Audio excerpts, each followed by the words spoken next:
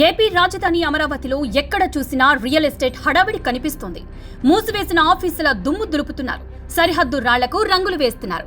కొత్తగా ఫ్లెక్సీలు, జెండాలు కడుతున్నారు. మార్కెటింగ్ సిబ్బందిని నియమిస్తున్నారు. దాదాపు 12 ఏళ్ల నుంచి, అంటే తెలంగాణ విడిపోతే రాజధాని ఎక్కడా అనే ప్రశ్న నుంచి మొదలు ఫలానా చోట రాజధాని అనే మాటలు, అసెంబ్లీలో చంద్రబాబు రాజధాని ప్రకటన, మోదీ శంకుస్థాపన, 2019 ఎన్నికల ముందు అమరావతిలో జగన్ కొత్త ఇంటి నిర్మాణం, ఆ ఎన్నికల తర్వాత జగన్ 3 రాజధానుల ప్రకటన, తిరిగి 2024లో చంద్రబాబు గెలుపు, ఇలా ప్రతి అంశం వల్ల ప్రభావితమైంది అమరావతి రియల్ ఎస్టేట్. సిఆర్డీఏ పదవిలో స్థలం ఎక్కడుంది, అక్కడ భవిష్యత్తులో అభివృద్ధి ఎప్పుడు జరుగుతుంది అనే దానిపైనే ప్రస్తుతం వ్యాపారం ఆధారపడి ఉంటుందని రియల్ ఎస్టేట్ వ్యాపారులు, ఈ రంగాన్ని దగ్గర నుంచి పరిశీలించేవారు చెప్తున్నారు.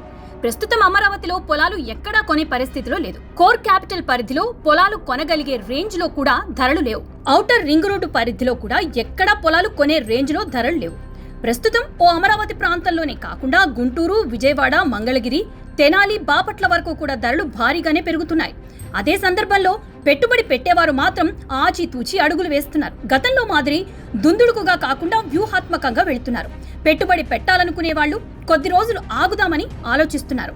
చాలా మంది కొనాలని ప్రయత్నం చేస్తున్నారు. గతంతో పోల్చుకుంటే ఒకసారి ఖచ్చితంగా దెబ్బ తగిలిన వాళ్ళు ఆచితూచి అడిగేస్తున్నారు.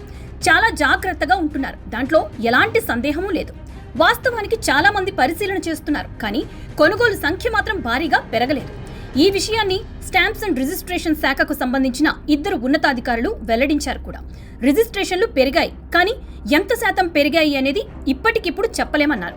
అయితే ఎక్కువ మంది ప్రస్తుతం అగ్రిమెంట్ స్థాయిలో వెయిట్ అండ్ సీ మోడ్లో ఉన్నారని రియల్టర్లు చెప్తున్నారు. అలాగే విజయవాడ నగరంలో ఇళ్ల అమ్మకాలు భారీగా పెరగలేదని కూడా వ్యాపారులు చెప్తున్నారు. మొత్తంగా ఎక్కువ మంది రియల్ ఎస్టేట్ వ్యాపారులు మోడీ సభపై ఆసక్తిగా ఉన్నారు.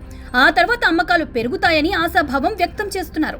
ప్రధానంగా అమరావతి అభివృద్ధికి కేంద్రం ప్రకటించే నిధులు, ఇప్పటికే కేంద్రం ప్రకటించిన పథకాల అమలు, కేంద్రం ఇచ్చే రాయితీలపై రియల్ ఎస్టేట్ వ్యాపారం ఆధారపడి ఉంది.